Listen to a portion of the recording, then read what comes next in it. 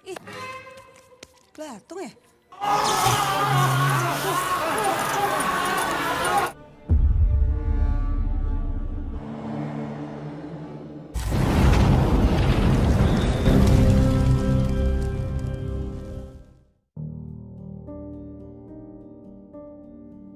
Cerita dibuka dengan pria tua bernama Bondan dan putranya bernama Esa. Saat itu Pak Bondan merasakan sakit di kepala yang sangat hebat. Namun beliau enggan memeriksanya ke rumah sakit dan memilih untuk dirawat di rumah. Akan tetapi ada yang aneh dengan kepala Pak Bondan. Sesuatu bergerak sangat cepat di dalamnya. Alih-alih merasa baikan setelah meminum obat, keadaan justru semakin parah, tepatnya di mata yang mengeluarkan darah begitu perih dan sakit. Ia pun dilarikan ke rumah sakit untuk ditangani lebih lanjut. Beruntung Pak Bondan akhirnya mulai membaik. Ia pun mengabari salah satu rekan bisnisnya bernama Ahmad untuk mengingatkan dia bahwasannya Pak Ahmad harus segera bertobat, mendekatkan diri kepada yang di atas, menguatkan imannya. Pak Bondan mengetahui jika penyakit yang dideritanya bukanlah penyakit biasa, melainkan sebuah kiriman santet atau teluh dari seseorang yang tidak diketahui. Sayangnya peringatan Pak Bondan tidak digubris oleh Pak Ahmad.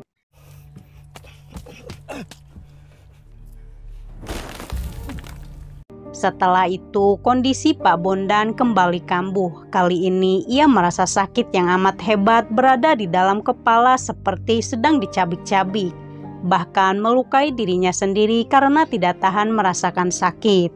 Dalam kondisi kesakitan, ia pun memilih untuk keluar dari tempat tidurnya menuju ke atap. Esa yang kebetulan baru sampai, ia pun melihat ayahnya dalam kondisi gelisah dan kesakitan. Betapa terkejutnya ia melihat ayahnya akan melukai dirinya dengan cara bunuh diri. Karena tidak tahan dengan penyakit yang dideritanya tak kunjung sembuh, jalan satu-satunya adalah mati untuk menghentikan ini semua.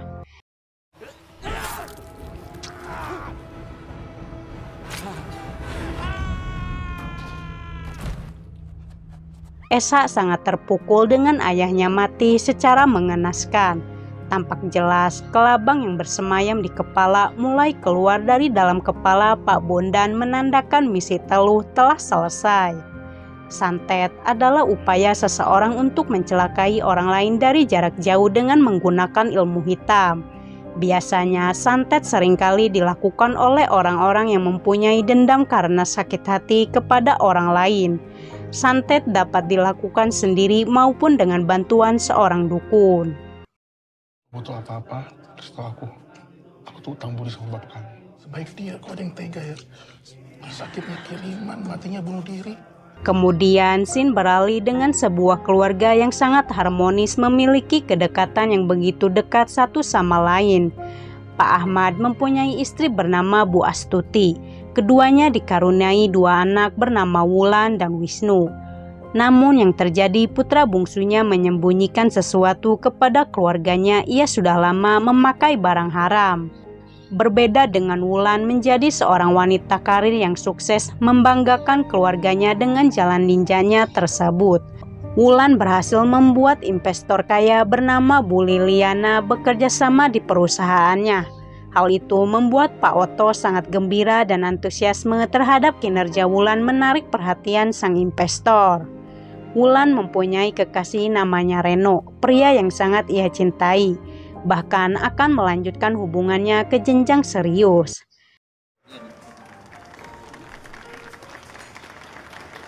Terima kasih, Mbak.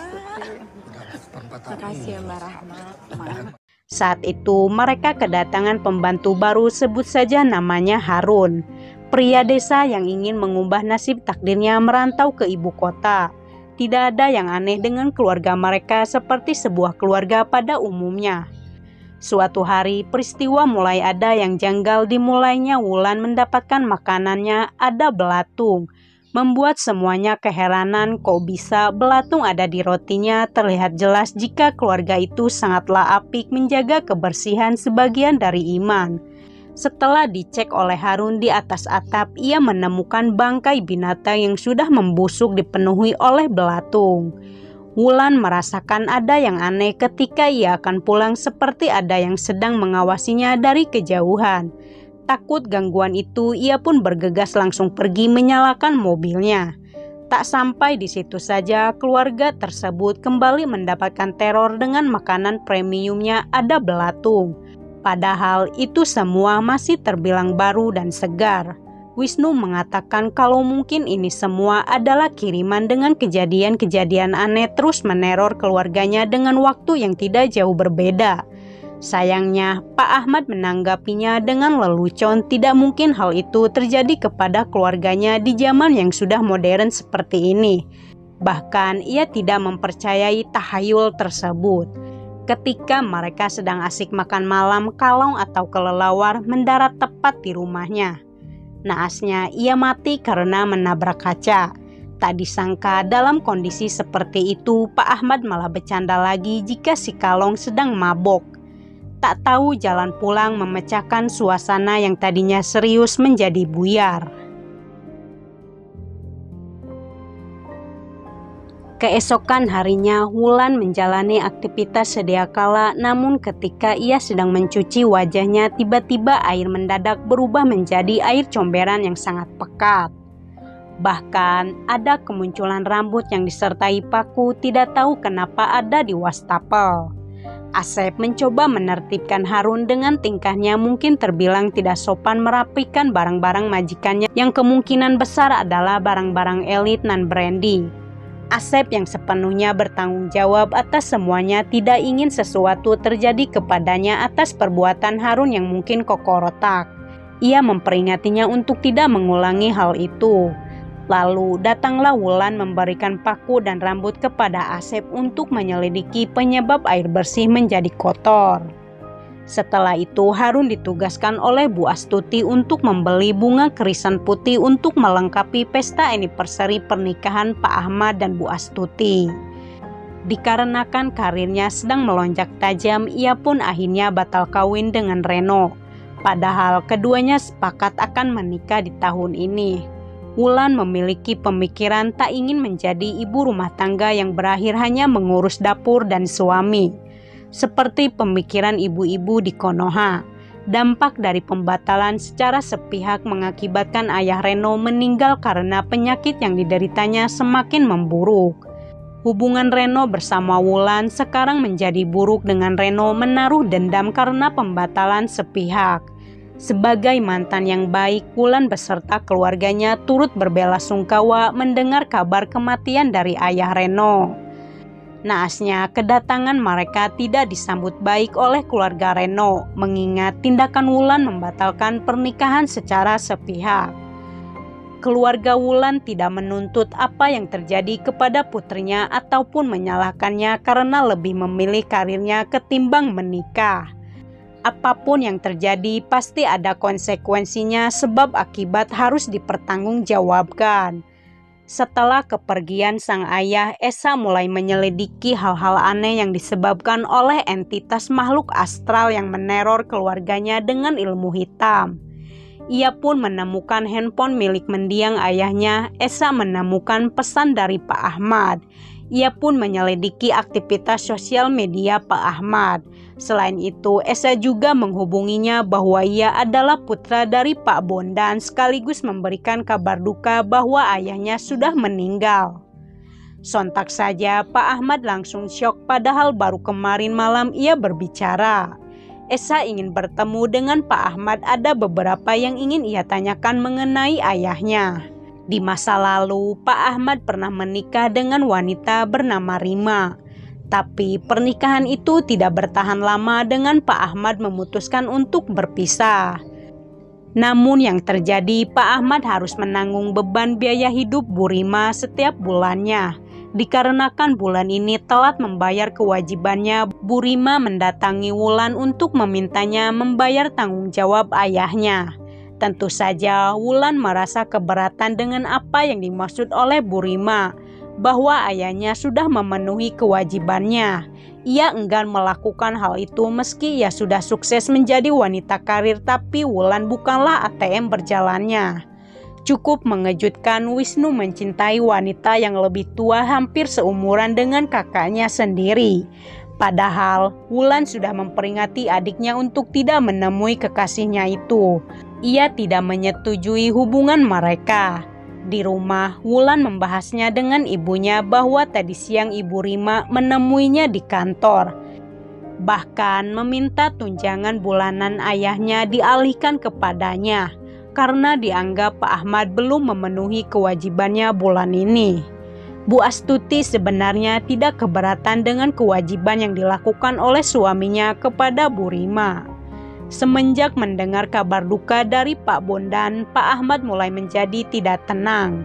Lantas Wulan menemui bapaknya untuk memastikan kondisinya. Tetapi ia melihat pesan dari Esa. Penasaran dengan siapakah sosok Esa itu, Wulan mulai menyelidiki sosial medianya dan tiba-tiba belatung kembali muncul tepat di handphonenya. Setelah kematian Pak Bondan, kini keluarga Wulan mendapatkan teror yang mencekam.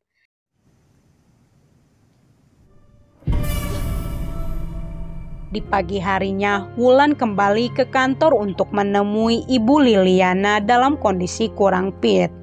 Hal itu juga dirasakan oleh Bu Liliana, aura negatif dari Wulan dirasakan olehnya.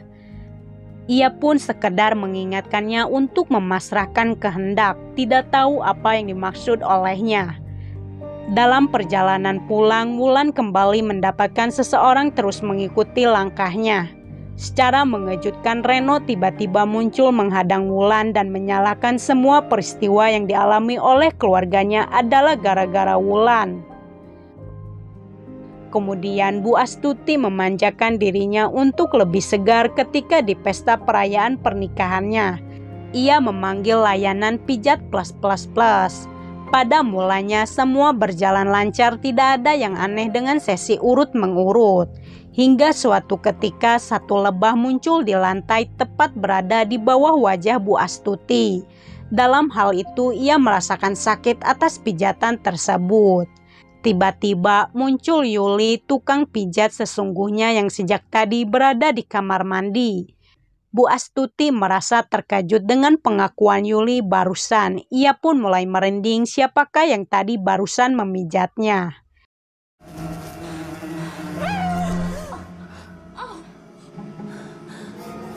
Esa yang baru sampai rumah mencium aroma busuk yang sangat menyengat di dalam rumahnya. Ia mulai mencari sumber bau bangke tersebut. Penglihatannya tertuju di sebuah lantai yang terdapat beberapa belatung.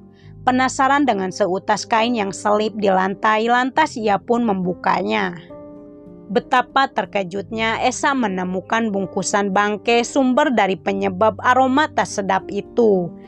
Di waktu yang sama Wisnu juga mendapatkan teror ilmu hitam.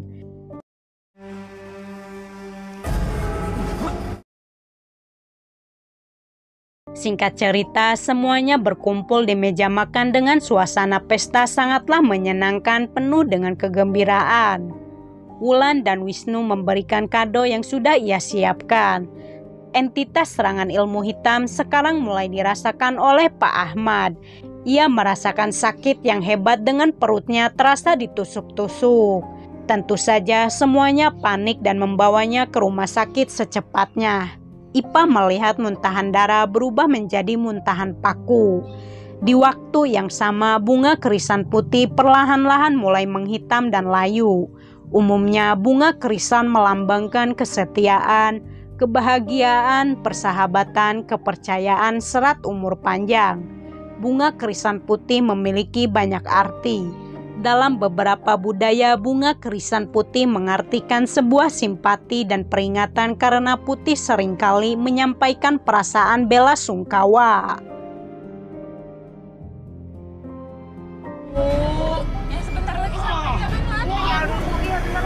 Setibanya di rumah sakit, Pak Ahmad masih merasakan sakit yang luar biasa di dalam tubuhnya. Tiba-tiba ia muntah darah disertai dengan seekor lebah yang mati. Namun dokter mengklaim kondisi dari Pak Ahmad sangatlah baik, tidak ada gejala ataupun hal yang mencurigakan seperti seekor lebah yang keluar dari tubuhnya. Hasil dari rongsen dinyatakan bersih tanpa ada penyakit. Sontak saja keluarganya menjadi keheranan mendengar pernyataan dari dokter. Kok bisa ada lebah di tubuh bapaknya? Secara medis bisa dijelaskan bahwa itu mungkin bisa saja Pak Ahmad tanpa sengaja mengkonsumsi makanan yang mengandung benih atau telur dari lebah, sehingga pertumbuhannya tidak terduga. Sementara itu, Esa membakar dari sumber bau busuk tersebut. Mendadak, bangkai itu kejang-kejang seolah-olah hewan ini masih hidup ketika ia dibakar. Bahkan anehnya mengeluarkan kelabang di dalamnya. Singkatnya, Esa mulai menyelidiki serangkaian peristiwa yang di luar nalar. Ia menemukan sebuah rekaman video lama antara ayahnya bersama Pak Ahmad, di mana waktu itu terdapat perayaan pembukaan sebuah perusahaan yang sekarang adalah milik Pak Ahmad. Esa langsung menghubungi kantor dari Pak Ahmad. Ia pun mendengar kabar buruk jika Pak Ahmad sedang sakit dan dirawat. Berkali-kali mencoba menghubunginya namun tak ada jawaban sama sekali. Esa pergi ke sana untuk mengetahui jawaban yang ingin ia ketahui antara penyakit dari ayahnya. Wulan mendapatkan kabar dari Pak Otto jika Bu Liliana menunda pertemuan selanjutnya dikarenakan ada aura tidak baik dari arah utara menurut kepercayaannya. Bu Liliana sangatlah percaya kepada guru spiritualnya. Tak berselang lama, Wulan mendapatkan telepon dari Reno sebagaimana akibat dari pembatalan pernikahan. Reno sangatlah sakit hati dengan perilaku Wulan menyakiti keluarganya hingga merenggut nyawa ayahnya. Ia terus-menerus berambisi menebar teror kepada Wulan, padahal diketahui Wulan ingin menyelesaikannya secara baik-baik, tanpa harus saling menyakiti satu sama lain ataupun menaruh dendam. Pada waktu yang sama, Pak Ahmad kembali diteror oleh serangan santet yang terus membabi buta mengancam nyawanya. Dampak dari perbuatannya di masa lalu mungkin telah berkata kasar menyakiti seseorang hingga orang tersebut menaruh dendam. Untuk kesekian kalinya, keluarganya dibuat syok dan merinding dengan muntahan-muntahan dari bapaknya sangatlah tidak lazim dan mengerikan. Kali ini mengeluarkan beberapa paku yang keluar dari tenggorokannya.